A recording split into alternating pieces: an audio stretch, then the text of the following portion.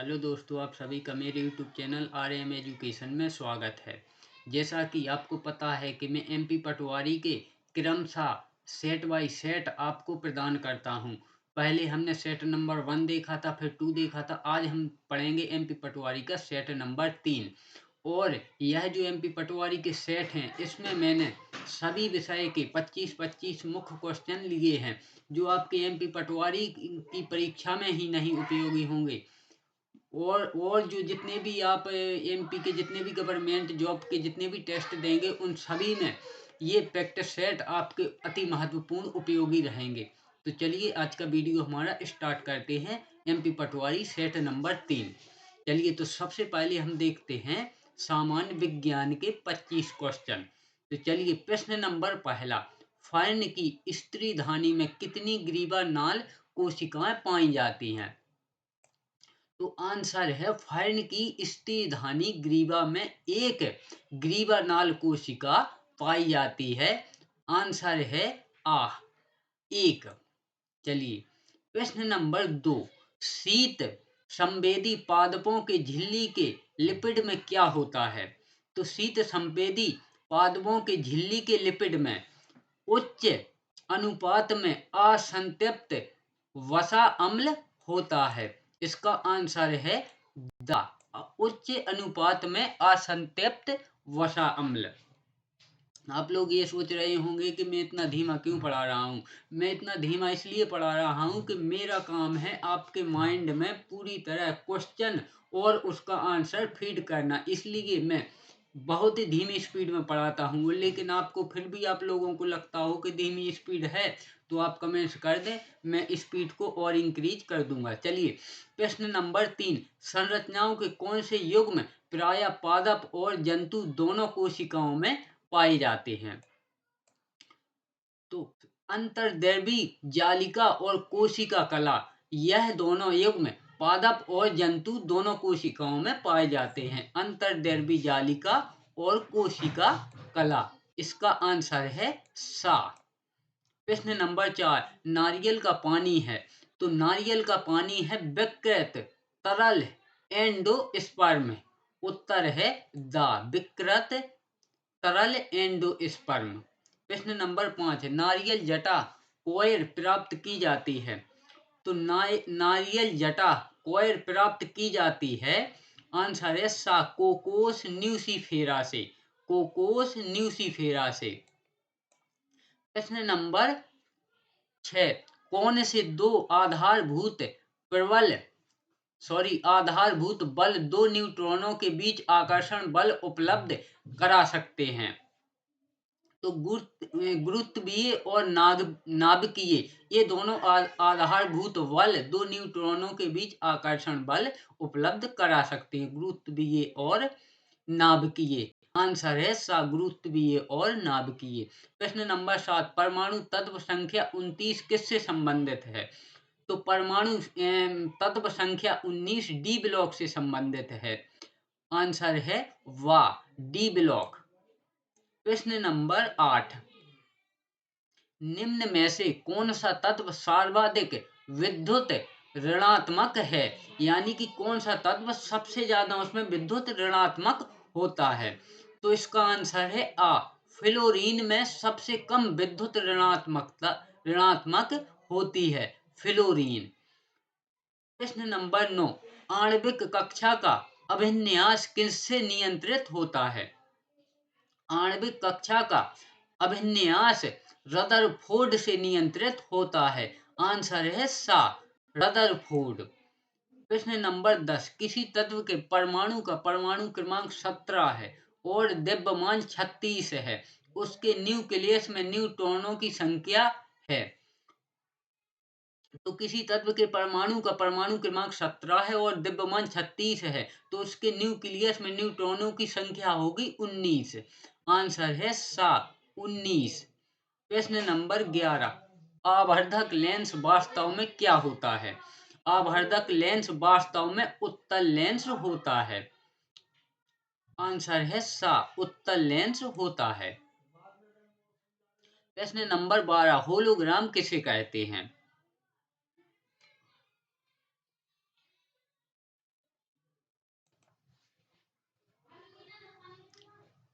Hologram एक त्रिविमीय छवि के पुनरुत्पादन के लिए फोटोग्राफिक रिकॉर्ड है।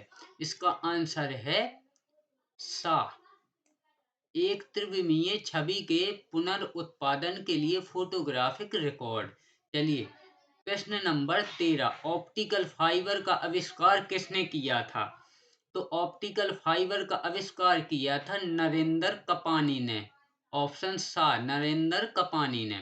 प्रश्न नंबर 14, फाइबर ऑप्टिकल किस सिद्धांत पर काम करते हैं?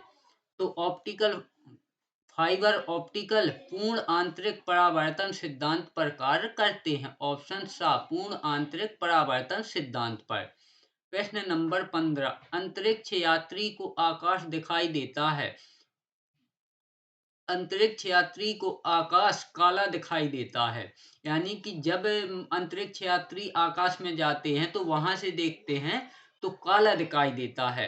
कहीं भी देखें अंतरिक्ष यात्री तो सभी जगह काला ही दिखाई देता है। प्रश्न नंबर 16, उच्चतर पौधों के बीजों के पोषक ऊतक को क्या कहते हैं? तो उच्चतर पौधों के बीजों के पोषक ऊतक को एंडोस्पर्म कहते हैं। ऑप्शन वा, एंडोस्पर्म। ऑप्शन वा, एंडोस्पर्म। प्रश्न नंबर 17, निम्नलिखित में से किसको सेल का पावर पॉइंट प्लांट भी कहा जाता है? तो ये तो आप सभी लोगों को पता होगा कि कोशिका का पावर प्लांट माइटोकॉन्ड्रिया को कहते हैं। ऑप्शन सा, माइटोकॉन्ड्रिया। प्रश्न नंबर 18, कोशिका में निम्न में से कौन सी पाचन शैली डाइजेस्टिव वेग कहलाती है? तो कोशिका में लाइसोसोम पाचन शैली या डाइजेस्टिव वेग कहलाती है। Option the, lysosome. और इसको आत्महत्या की थैली भी बोलते हैं, जैसा कि आगे क्वेश्चन भी आ गया है। ऑप्शन 19, निम्न में से किस कोशिकांग को एटम बम कहते हैं? तो लाइसोसोम को कोशिकांग या एटम बम कहते हैं, क्योंकि अगर जैसे जितने भी कोशिका के भाग हैं अगर वो कोई कार्य नहीं कर रहे हैं तो ये स्वयं विलास्ट होके उन उन उन कोशिकाओं के भागों को नष्ट कर देती है, पूरी कोशिका को नष्ट कर देती है, इसलिए इसे एटम बम भी कहते हैं। या क्वेश्चन यह भी आ सकता है कि किसको आत्महत्या की थैली कहते हैं, तो वहां भी आप लोगों को लाइसोसोम ही लगाना है। तो इसका आंसर है ऑप्शन द, लाइसोसोम। प्रश्न नंबर 20, चालिनी पट्टिका एक भाग है।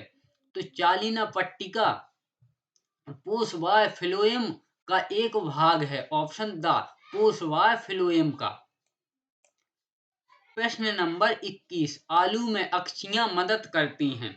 तो आलू में अक्षियां खाद्य सामग्री के भंडारण में मदद करती हैं। ऑप्शन सा, खाद्य सामग्री के भंडारण में। प्रश्न नंबर 22, निम्न में से अधिकतम द्रव्यमान किसका है? तो न्यूट्रॉन का द्रव्यमान सबसे अधिक होता है। ऑप्शन वा, न्यूट्रॉन। प्रश्न नंबर 23, किसी परमाणु का रासायनिक व्यवहार निर्भर करता है उसके न्यूक्लियस में प्रोटोनों की संख्या पर।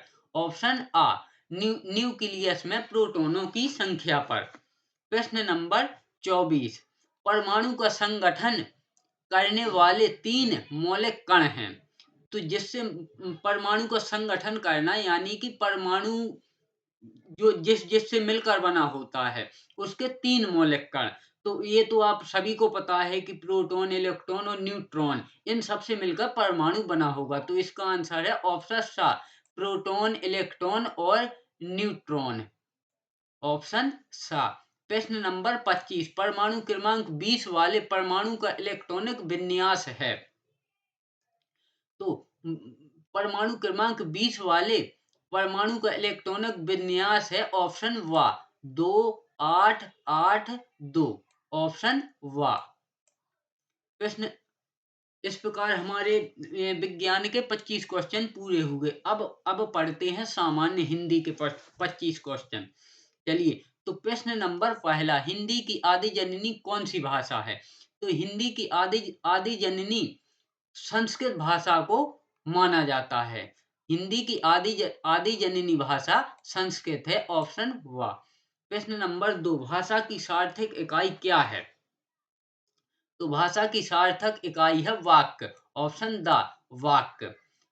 प्रश्न नंबर 3, अघोष वर्ण कौन सा है? तो अघोष वर्ण है सा। Option the. प्रश्न नंबर 4, निम्नलिखित में से शुद्ध वर्तनी का चयन कीजिए। तो यहाँ शुद्ध वर्तनी है अष्ट। Option the. ऑप्शन द, अष्ट। प्रश्न नंबर 5, दो समीपवर्ती वर्णों के मेल से जो विकार होता है उसे कहते हैं संधि।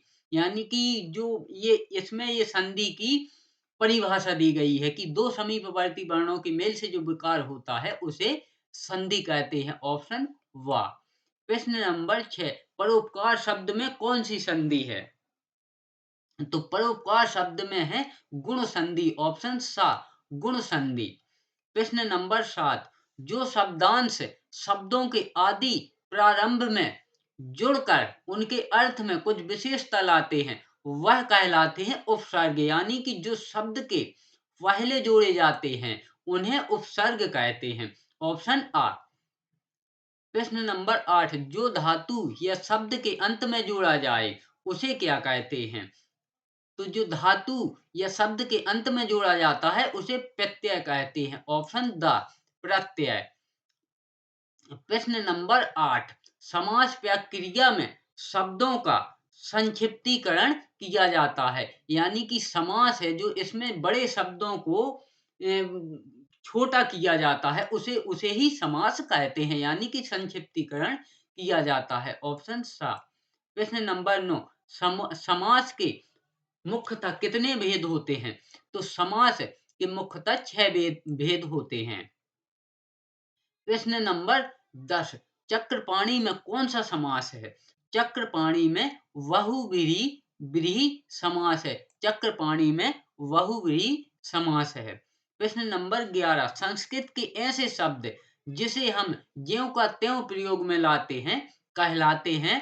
तो जो संस्कृत के शुद्ध शब्द हैं यानी कि जो संस्कृत के शब्द हैं वो हिंदी में आके सीधे के सीधे प्रयोग होते हैं उन्हें कहते हैं तत्सम। और जिनमें थोड़ा बदलाव होके प्रयोग होते हैं उनको बोलते हैं तत्भव। तो चलिए इसका आंसर है ऑप्शन आ, तत्सम। प्रश्न नंबर 17, संज्ञा या सर्वनाम का वाक्य के अन्य पदों विशेषता क्रिया से जो संबंध होता है उसे क्या कहते हैं? तो उसे कहते हैं कारक। ऑप्शन द, कारक।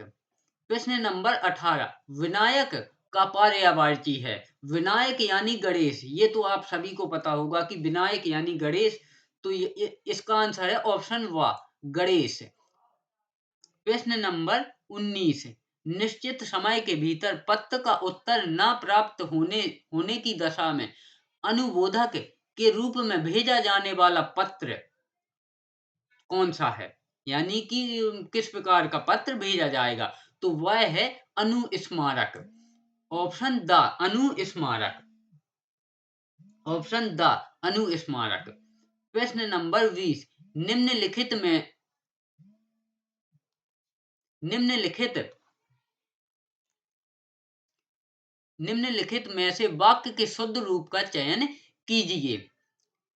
तो इसमें शुद्ध रूप है उनके एक पुत्र है। ऑप्शन द, उनके एक पुत्र है। अब देखते हैं प्रश्न नंबर 21 से 25 तक। तो यहाँ पहले निर्देश पढ़ लेते हैं। निम्नलिखित अवतरण को ध्यान पूर्वक पढ़ें और उससे संबंधित प्रश्नों के उत्तरों के दिए गए बहु विकल्पों में से सही विकल्प का चयन करें। तो चलिए सबसे पहले तो हम इस गद्यांश को पढ़ते हैं। चलिए, कलयुग सब युगों से अच्छा है क्योंकि इसमें मानस पाप का कुछ फल नहीं होता है किंतु मानस पुण्य का पूरा फल मिलता है।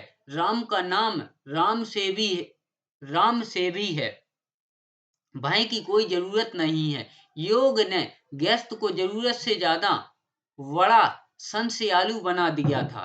भक्ति ने पूरा आशीर्वादी, एक ने मुक्ति को महंगा सौदा बता दिया। दूसरे ने बहुत सस्ता। योग में गलदस्यु भावुकता का कोई स्थान नहीं है। जो भक्ति पद पद पर भक्त को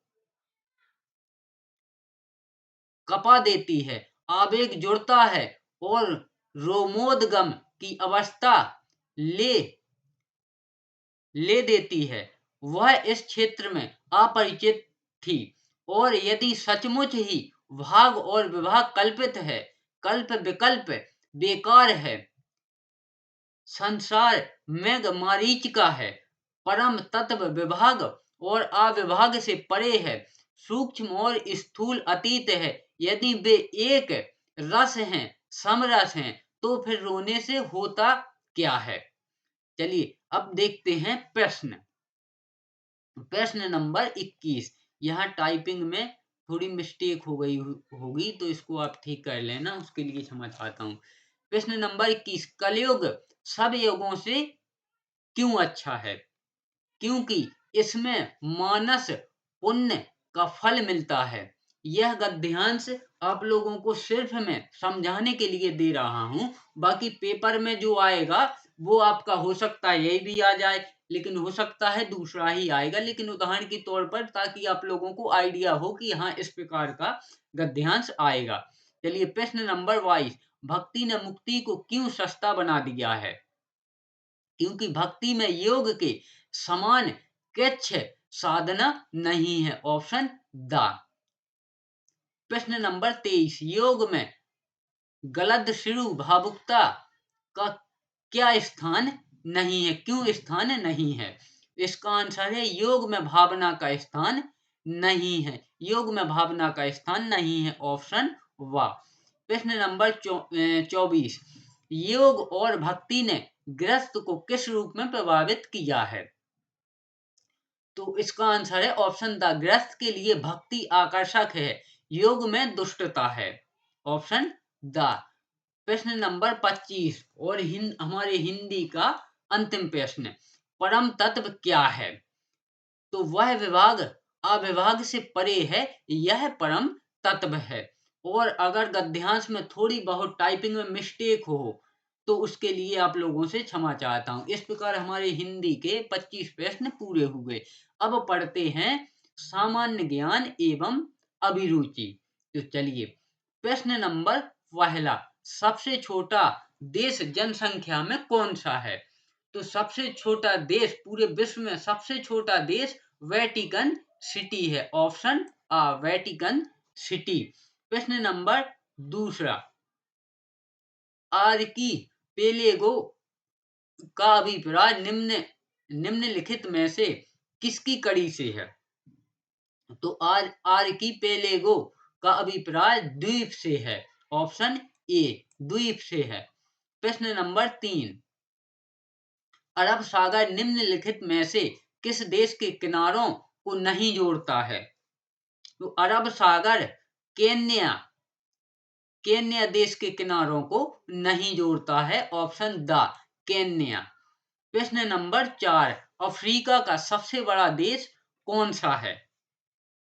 तो अफ्रीका का सबसे बड़ा देश है अल्जीरिया। ऑप्शन आ अल्जीरिया। प्रश्न नंबर 5। लोहे का प्रथम पुल निम्नलिखित में से किस देश में बनाया गया था। तो लोहे का प्रथम पुल इंग्लैंड देश में बनाया गया था। ऑप्शन सा इंग्लैंड। प्रश्न नंबर 6। मध्य प्रदेश में क्रांतिकारी दल की स्थापना कहां पर की गई थी। तो मध्य प्रदेश में क्रांतिकारी दल की स्थापना जबलपुर में की गई थी। ऑप्शन आ जबलपुर में। प्रश्न नंबर 7। भोपाल में प्रजामंडल की स्थापना कब हुई थी। भोपाल में प्रजामंडल की स्थापना सन 1938 में हुई थी। ऑप्शन व सन 1938। भोपाल राज्य हिंदू सभा की नींव किसने डाली थी।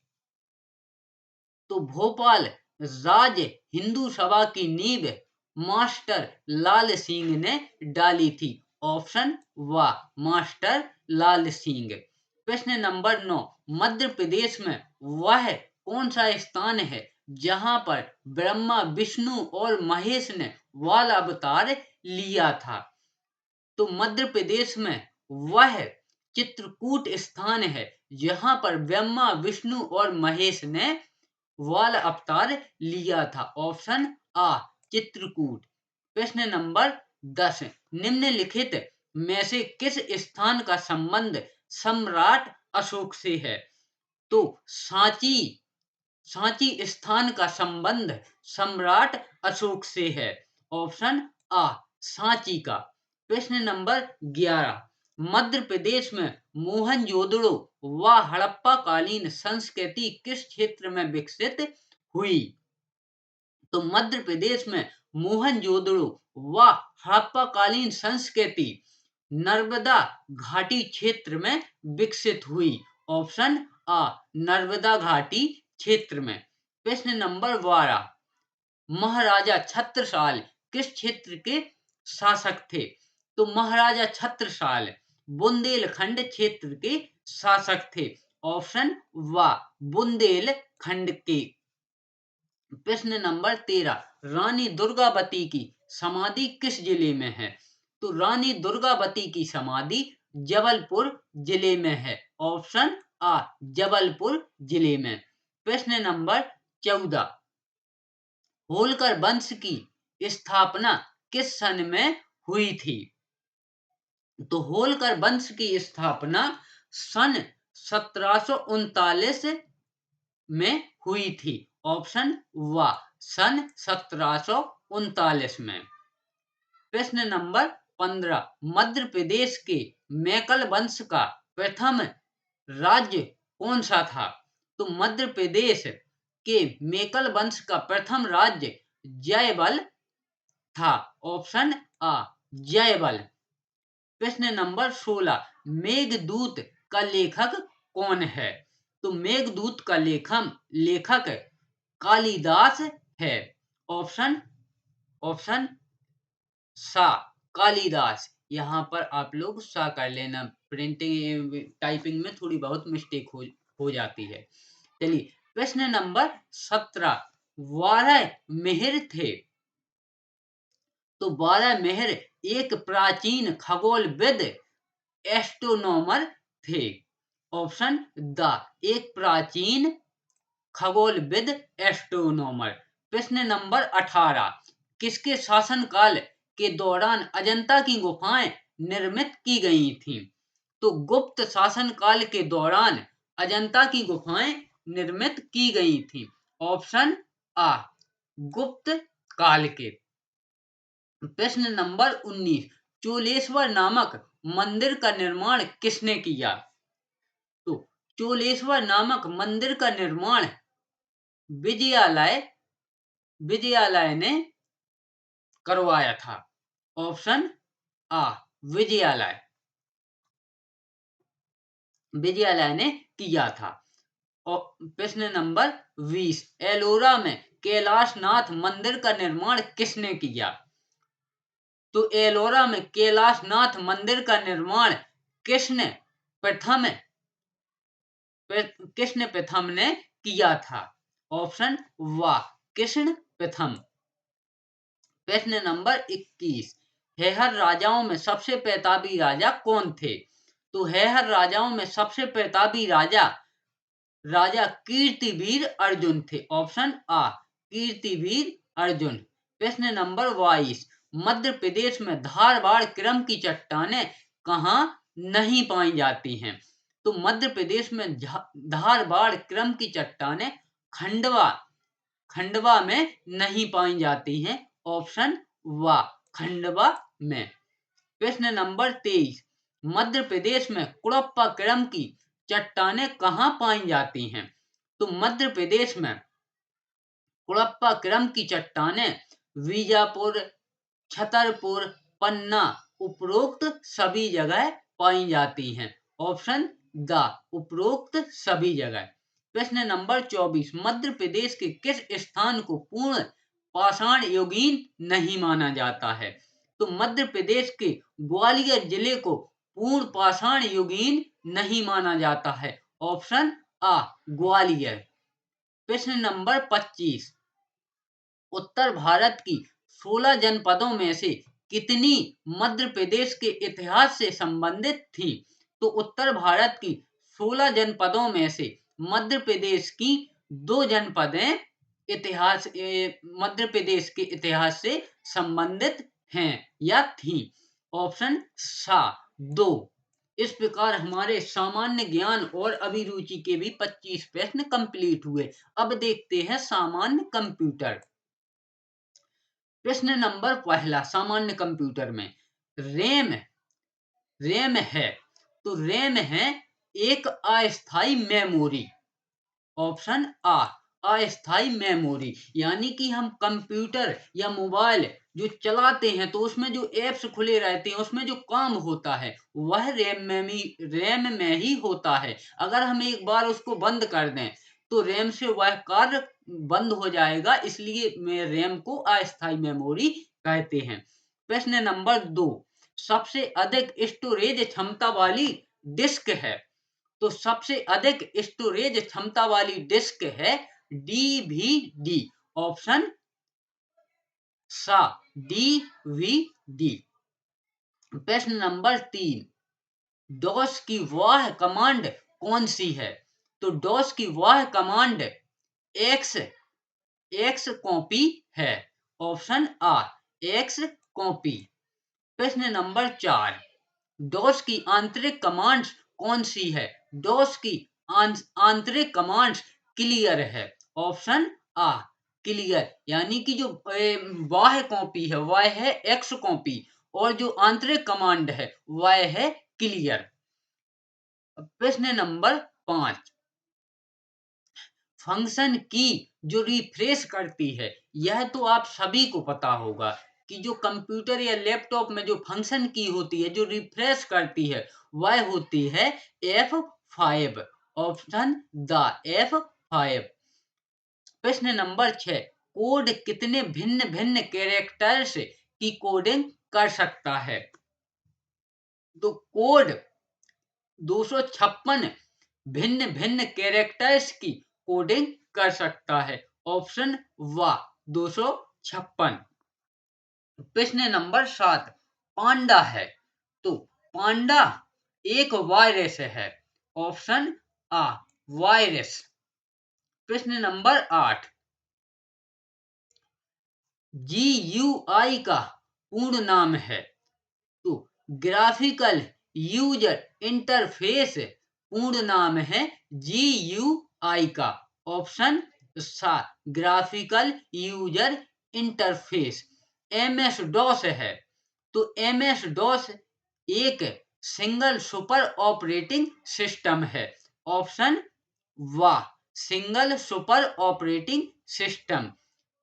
प्रश्न नंबर 10, लेन का अर्थ है, लेन का अर्थ है लोकल एरिया नेटवर्क। ऑप्शन वा, लोकल एरिया नेटवर्क। प्रश्न नंबर 11, कंप्यूटर के संदर्भ में क्या सत्य है?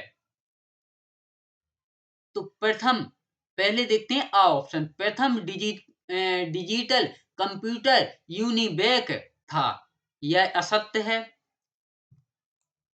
यह गलत है।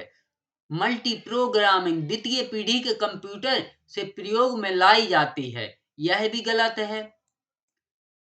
कंप्यूटर स्वयं कार्य करता है, बिल्कुल नहीं। जब हम कंप्यूटर को नहीं चलाएंगे तो वो अपने आप थोड़ी ना स्वयं कार्य करेगा, तो यह भी असत्य है। तो इसका आंसर होगा ऑप्शन द, इनमें से कोई नहीं। प्रश्न नंबर 12, पंच कार्ड किससे संबंधित है? तो पंच कार्ड हारमन हारलिथ से संबंधित है। ऑप्शन आ, हारमन हारलिथ। ऑप्शन आ। प्रश्न नंबर 13, MICR से तात्पर्य है, तो MICR से तात्पर्य है magnetic ink character reader. MICR का ये फुल फॉर्म है, तो इसका आंसर होगा ऑप्शन वा, मैग्नेटिक इंक कैरेक्टर रीडर। प्रश्न नंबर 14, कंप्यूटर कार्य करने के लिए रोमन अक्षरों हेतु निर्मित कोड को क्या नाम दिया गया है? तो कंप्यूटर कार्य करने के लिए रोमन अक्षरों हेतु निर्मित कोड को आस्की कोड नाम दिया गया है। ऑप्शन आ आस्की कोड। प्रश्न नंबर 15, कंप्यूटर साक्षरता दिवस कब मनाया जाता है? तो कंप्यूटर साक्षरता दिवस 2 दिसंबर को मनाया जाता है। ऑप्शन वाह 2 दिसंबर को। प्रश्न नंबर 16, भारत में प्रथम कंप्यूटर कब और कहां लगा था? तो भारत में प्रथम कंप्यूटर 1986 सन 1986 में बेंगलुरु डाकघर में लगाया गया था। ऑप्शन सा 1986 बेंगलुरु डाकघर। प्रश्न नंबर 17, विश्व का प्रथम इलेक्ट्रॉनिक डिजिटल कंप्यूटर है? तो विश्व का प्रथम इलेक्ट्रॉनिक डिजिटल कंप्यूटर एनियक है। ऑप्शन सा एनियक। प्रश्न नंबर 18, प्रथम व्यक्तिगत हिंदी कंप्यूटर कब प्रस्तुत किया? तो प्रथम व्यक्तिगत हिंदी कंप्यूटर सन 15 सितंबर 1997 को प्रस्तुत किया गया था। ऑप्शन वाह 15 सितंबर 1957। प्रश्न नंबर 19, विप्रो के प्रमुख कौन हैं? तो विप्रो के प्रमुख हैं अजीम प्रेमजी। ऑप्शन आ अजीम प्रेमजी। प्रश्न नंबर 20, कंप्यूटर के दो मुख्य भाग जो आवश्यक रूप से उपस्थित होने चाहिए? तो कंप्यूटर के दो मुख्य भाग जो आवश्यक रूप से उपस्थित होने चाहिए वह है हार्डवेयर और सॉफ्टवेयर। ऑप्शन सा हार्डवेयर और सॉफ्टवेयर, तभी कंप्यूटर कार्य कर सकता है। पता चला कि किसी कंप्यूटर का मॉनिटर नहीं है या सीपीयू नहीं है तो वह कैसे कार्य करेगा? या सीपीयू मॉनिटर सभी हैं उसमें सॉफ्टवेयर नहीं डला है तो भी वह कार्य नहीं करेगा। तो कंप्यूटर के लिए हार्डवेयर और सॉफ्टवेयर ये दोनों उपस्थित होने चाहिए। ऑप्शन सा। प्रश्न नंबर 21, सर्वाधिक शक्तिशाली कंप्यूटर है? तो सर्वाधिक शक्तिशाली कंप्यूटर है सुपर कंप्यूटर। ऑप्शन आ सुपर कंप्यूटर। प्रश्न नंबर 22, सुलभ भाषा व कंप्यूटर हेतु उपयुक्त भाषा कौन सी है? तो सुलभ भाषा व कंप्यूटर हेतु उपयुक्त भाषा है बेसिक भाषा। ऑप्शन व बेसिक भाषा। प्रश्न नंबर 23, व्यापारी भाषा के रूप में जाना जाता है? तो व्यापारी भाषा के रूप में कोबोल को जाना जाता है। ऑप्शन आ कोबोल को। प्रश्न नंबर 24, कंप्यूटर अशुद्धि को कहते हैं? तो कंप्यूटर अशुद्धि को बग कहते हैं। ऑप्शन वा बग। प्रश्न नंबर 25, रैम संचित करता है? तो रैम डाटा को संचित करता है। ऑप्शन आ डाटा को। इस प्रकार हमारे कंप्यूटर के भी 25 क्वेश्चन पूरे हुए। अब देखते हैं सामान्य प्रबंधन। तो चलिए सामान्य प्रबंधन में पहला क्वेश्चन है, उच्च स्तरीय प्रबंधक नियोजन पर अपने समय का कितने प्रतिशत भाग व्यय करते हैं? तो उच्च स्तरीय प्रबंधक नियोजन पर अपने समय का 35% भाग व्यय करते हैं। ऑप्शन आ 35%। प्रश्न नंबर 2, कौन सा शब्द नेतृत्वकर्ता के द्वारा सदैव प्रयोग में लाया जाता है? तो हम शब्द नेतृत्वकर्ता के द्वारा सदैव प्रयोग में लाया जाता है। ऑप्शन वा हम। प्रश्न नंबर 3, संगठन का प्राचीन रूप है? तो संगठन का प्राचीन रूप है रेखीय। ऑप्शन आ रेखीय। प्रश्न नंबर 4, मजदूरी की भिन्नता इकाई दर पद्धति किसके द्वारा बताई गई है? तो मजदूरी की भिन्नता इकाई दर पद्धति FW टेलर के द्वारा बताई गई है। ऑप्शन आ FW टेलर के द्वारा। प्रश्न नंबर 5, अभिप्रेरण के एक्स और वाई सिद्धांत का प्रतिपादन किसने किया है? तो अभिप्रेरण के एक्स और वाई सिद्धांत का प्रतिपादन मैकग्रेगर के द्वारा किया है। ऑप्शन सा मैकग्रेगर। प्रश्न नंबर 6, निम्न में से क्या अभिप्रेरणा का प्रकार नहीं है? तो जटिल अभिप्रेरणा का प्रकार नहीं है। ऑप्शन वा जटिल अभिप्रेरणा। प्रश्न नंबर 7, निम्न में से नेतृत्व के स्वरूपों में सम्मिलित है? तो अभिप्रेरणात्मक स्वरूप, यह भी सम्मिलित है। शक्ति स्वरूप, यह भी सम्मिलित है। पर्यवेक्षीय स्वरूप, यह भी सम्मिलित है। तो इसका आंसर हो जाएगा ऑप्शन द उपयुक्त सभी। प्रश्न नंबर 8, निम्न में से कौन से नेतृत्वकर्ता के प्रकार होते हैं? तो नेतृत्वकर्ता के प्रकार इंट्यूशनल लीडर, यह भी है। क्रिएटिव लीडर, यह भी है। परसुएसिव लीडर, यह भी है। तो इसका आंसर हो जाएगा ऑप्शन द उपयुक्त सभी। प्रश्न नंबर 9, अंगूरी लता संचार या संप्रेषण है? तो अंगूरी लता अनौपचारिक संचार या संप्रेषण है। ऑप्शन वा अनौपचारिक संचार। प्रश्न नंबर 10, नियंत्रण संभव नहीं है? तो नियंत्रण बिना नियोजन के संभव नहीं है। ऑप्शन आ बिना नियोजन के। प्रश्न नंबर 11, निम्न में से कौन सा आधुनिक नियंत्रण का आधार या विधि है? तो आंतरिक अंकेक्षण आधुनिक नियंत्रण का आधार या विधि है। ऑप्शन वा आंतरिक अंकेक्षण। प्रश्न नंबर 12, निम्न में से कौन सी नियंत्रण की तकनीक नहीं है? तो समविच्छेद विश्लेषण नियंत्रण की तकनीक नहीं है। ऑप्शन आ समविच्छेद विश्लेषण। प्रश्न नंबर 13, प्रबंध में परिवर्तन अनिवार्य है, यह कथन है? तो प्रबंध में परिवर्तन अनिवार्य है, यह कथन एलन का है। ऑप्शन वा एलन का। प्रश्न नंबर 14, निम्न में से वाह परिवर्तन में क्या सम्मिलित होता है? तो स्थान परिवर्तन वाह परिवर्तन में स्थान परिवर्तन वाह परिवर्तन में सम्मिलित होता है। ऑप्शन सा स्थान परिवर्तन। प्रश्न नंबर 15, प्रबंध मैनेजमेंट शब्द का प्रादुर्भाव किस इटालियन शब्द से हुआ है? तो प्रबंध या मैनेजमेंट शब्द का प्रादुर्भाव मैनेजमेंट इटालियन शब्द से हुआ है। ऑप्शन आ मैनेजमेंट। प्रश्न नंबर 16, प्रबंध गतिशील होता है? तो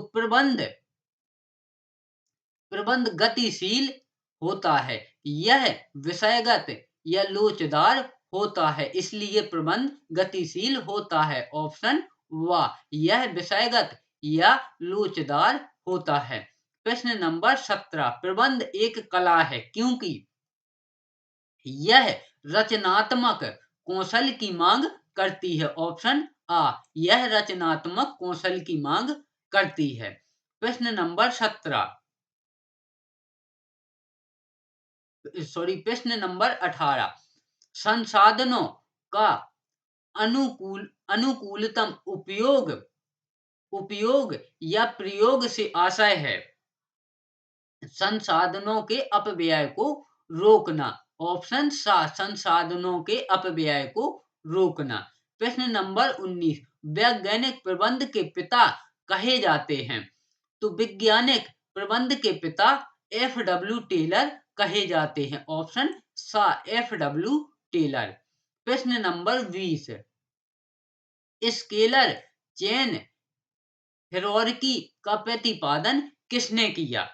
तो स्केलर चेन हायरार्की का प्रतिपादन हेनरी फ्योल ने किया। ऑप्शन सा हेनरी फ्योल ने। प्रश्न नंबर 21, रणनीतिक या व क्रियात्मक नियोजन किसके द्वारा किया जाता है? तो रणनीतिक व क्रियात्मक नियोजन उच्च स्तर प्रबंध द्वारा किया जाता है। ऑप्शन सा उच्च स्तर प्रबंध द्वारा। प्रश्न नंबर 22, किसी विशिष्ट उद्देश्य के लिए अल्पकालीन नियोजन कहलाता है? तदर्थ प्लानिंग। ऑप्शन द तदर्थ प्लानिंग। प्रश्न नंबर 23, निम्न में से नियोजन प्रक्रिया का प्रथम चरण क्या है? तो समस्या को पहचानना नियोजन प्रक्रिया का प्रथम चरण है। ऑप्शन आ समस्या को पहचानना। प्रश्न नंबर 24, निम्न में से पूर्वानुमान की कौन सी सीमा है? तो समन्वय में कमी, यह भी है। शर्तें मान्य नहीं, यह भी है। दीर्घावधि लाभांश जो कि संदेहपूर्ण है, यह भी है। तो इसका आंसर होगा ऑप्शन द उपयुक्त सभी, क्योंकि निम्न में से पूर्वानुमान की कौन सी सीमा है? तो यह सभी सीमा, इसका आंसर होगा उपरोक्त सभी, ऑप्शन द।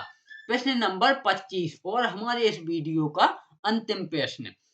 प्रश्न नंबर 25, हर्जबर्ग कहाँ के निवासी थे?